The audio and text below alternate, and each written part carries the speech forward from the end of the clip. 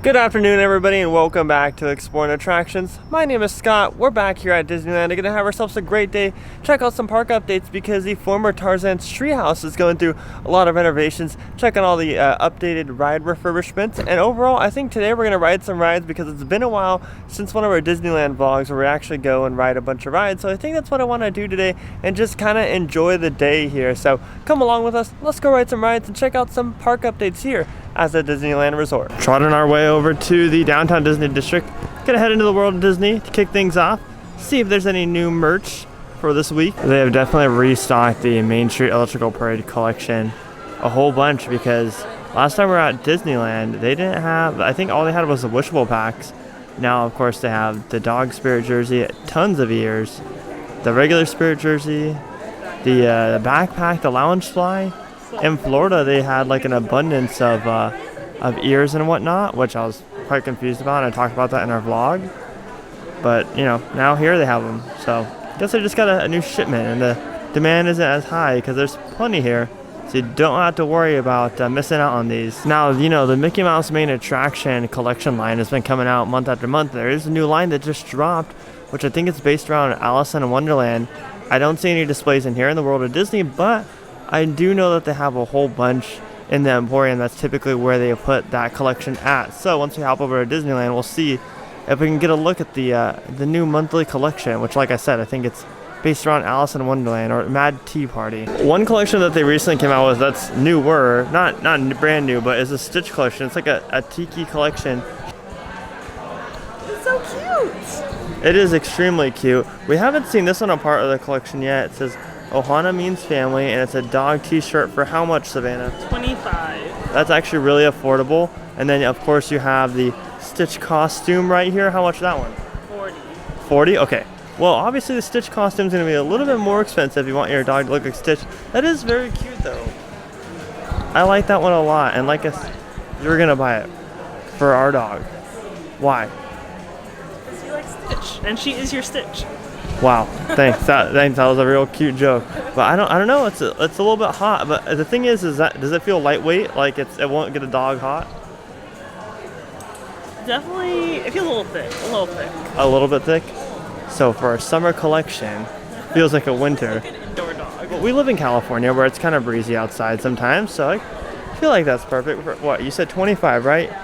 Perfect little cute t-shirt there. Well, unfortunately right now they're not out here meeting and greeting, but this is where they meet at. They have a little background right here with, of course, the Rescue Rangers logo right behind it, and of course the silhouette of Hollywood in the back because that's where the movie takes place at, and they're big stars, or at least they were big stars. And then, you know, I won't spoil the movie, you guys just gotta watch it. 10 out of 10 recommend it. Like, there are so many Easter eggs, so many cameos in this movie. Well, I think to start our day off of riding different rides and attractions, we're going to kick things off with Webb Slingers, a Spider-Man adventure. One of our favorites here for sure, which is such a shock because in the beginning there was some huge criticism on the ride, but we love this ride, partially because we like figured all the secrets and stuff on how to get a high score, so that's what we always try to do. Savannah and I love competing on this ride. All right, what score are you aiming for today? You personally, not overall. 300. 300? What do we usually average? Like 200 as you said? Okay, I want to try to do 300 too. That way we get all the bonuses and make it to 800. That's usually the average, like, overall. Oh, we had a good round. 796,000, almost 800,000 right there. Look at me though, 269,000. I ate a whole bunch. I know Savannah didn't do as good. She's embarrassed, but I got a whole bunch of gold of spider bots. Look at the little spider bot up there. Still strapped in the web up there. You know, regardless of what score you get on Webb Slingers, I don't think it's ever a bad ride experience. Now, if you have a group of 4 and you all know the ride, then I definitely think that you have an advantage because you can rack up your team score. It's all based on team score. So if you know to hit the gold bots, know the different values in the color bots, then you're definitely going to have a chance to be best in the hour. But even with just people that we don't know, we still did 800,000 team score. It was like 796, but still close to 800,000. So definitely recommend riding that ride with a group of 4 people. But speaking of secrets and tips and tricks and whatnot, I have actually made a Buzz Lightyear Astro Blaster secrets and tips and tricks video, or at least I'm working on it right now because I made one a long time ago, but I figured I'd update it a little bit just, you know, just for fun. I'm sure a lot of people who come to Disney frequently already know all the secrets and whatnot, but I figured why not update it, and that will be out on the channel very, very soon. We are about to embark on the greatest attraction here in Cars Land,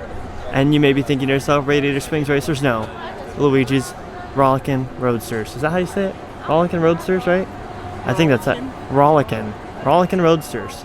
Savannah's aiming for a yellow car or a blue car, so that's what we're gonna go try to get.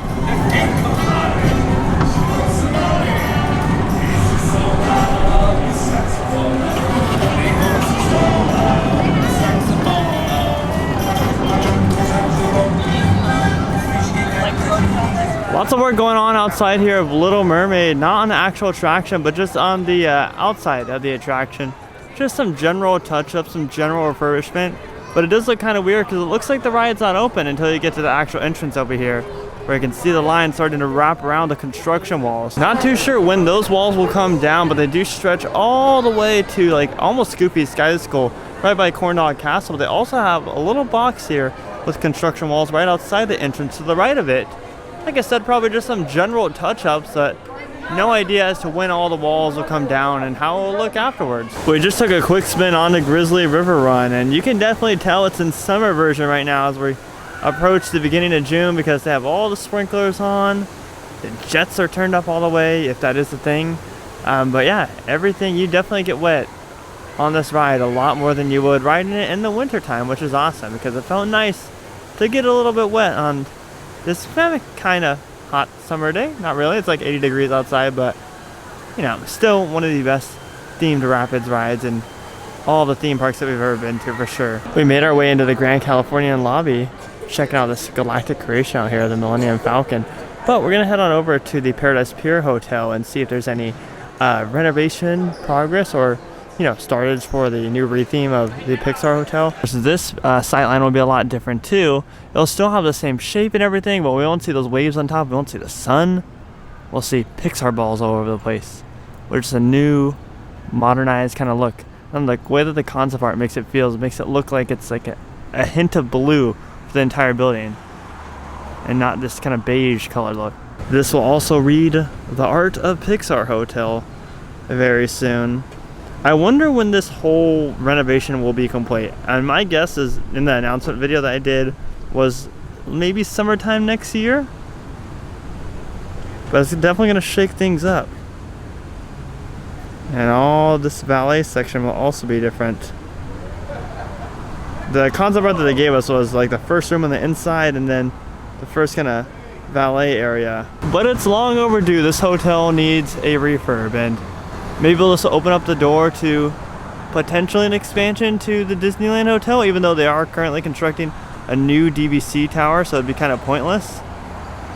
Or maybe even an expansion of Grand Californian. I doubt that would happen, but still. This should just open up a whole new realm of like, Disneyland needs more on-site hotels at a more affordable price. And just in every single category like Disney World has. Like, they have their values, they have their deluxe, etc., etc. I know they're kind of landlocked, so it's a little bit hard, but still. This is where Alexa will sit on top of the Pixar ball with a bunch of glass-stained figures above for guests to look at from down below and up above in the main lobby area. Savannah and I have actually eaten at the Disney's PCH Grill before. It's a character dining experience like all the hotels have. It's like with the Goopy's Kitchen and Storyteller's Cafe. And it wasn't okay. We did it during breakfast. We got to meet Stitch. It was alright, but I'm curious to see if this will be Toy Story character experience or if it'll be just like a generic Pixar character experience, because that'd be neat. They really do need to like renovate it a whole lot though, because it's a little bit run down in there. Made the jump on over here to Disneyland where Minnie Mouse is meeting and greeting guests. She's got a very long line. It's also a lot more busy here on the other park. And as people gear up for the Main Street Electrical Parade, people start to sit on the curbs. They got about 2 hours to go for that first showing. But I haven't had the best of luck with Matterhorn recently. The past couple of times I tried to get on it, it's broken down while I was in line. So we're gonna head over there first, try to ride Matterhorn. Hopefully it doesn't break down when we're in line. It'd be cool if it broke down when we were on it. That'd be awesome. And then after that, we're gonna go check out probably Tarzan Treehouse, maybe ride a couple other rides, because like I said, there's lots going on with Tarzan Treehouse, and see how the Pirates of the Caribbean refurbishment is coming along as well. And it looks like I was right on the money about the Mickey Mouse main attraction here being in the Emporium. So we are on Series 3? Barely 3? Interesting. Well, I'm sure they're already all released in Disney World, like up to, it'd be 5. But here in Disneyland, since they first released in Disney World, we're barely on the Series 3. So there's a Loungefly. Can you check how much the Loungefly? I'm sure it's the same price. Let's see. $85. I will say it's a better looking Loungefly than the other collections that they had or series for this. Oh, there are the ears right there. Those are quite unique ears. Let me see the top. How much are those? $35 to get some teacups on top. Definitely, like I said, the most unique one. Of course, if you wanted to come in here and purchase the other collection as well, you can do that with the Space Mountain one and the Pirates one. They still have the Mickey plush for both of them, and the 2 ears and the 2 Loungeflies. So they're definitely not running low on stock on these either. I can't show you guys right now since the monorail's already closed, but Submarine Voyage is now completely filled with water. Typically, I could just go right there on the rampway up to the monorail and like get a little peek through the crack, but yeah, there have been pictures surfacing from other creators all over the internet. The Submarine Voyage attraction is now filled with water. Looks really pretty. Have still no opening date on this quite yet. You think if they filled it with water already that we'd have an opening date, but still nothing yet. We've almost made it, guys. We've almost made it without it breaking down. Almost there. Don't want to jinx it too early though. We're riding Fantasyland side this time. Our favorite side is the Tomorrowland side, but Fantasyland side I think is a little bit longer. There we go, y'all, into the darkness. We also got the best seat in the house, the front row. Oh man. As we climb up this terrifying mountain, I don't know what awaits us. Oh no, there we go. Where is he at? Oh, there he is! Oh my goodness! Woohoo! Whoa!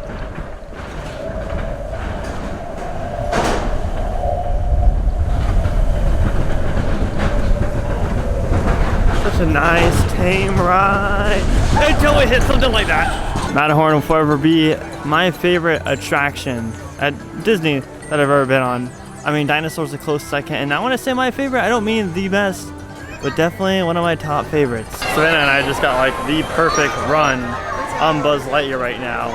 Like we literally we got broken down, not broken down, but it was a normal pause for loading ADA on, and right where that secret target's at. And like I said, I'm making a video on it, so stay tuned for that. But we're able to rack up a couple points, and of course I was filming my POV, so I wasn't able to rack up as many, but it was still cool that we like got broken down in that perfect spot. But let's make our way over onto Adventureland and New Orleans Square area to go check out Pirates of the Caribbean and what's formerly known as the Tarzan Treehouse, now themed to something else. We first take a look at the current progress of the Pirates of the Caribbean refurbishment.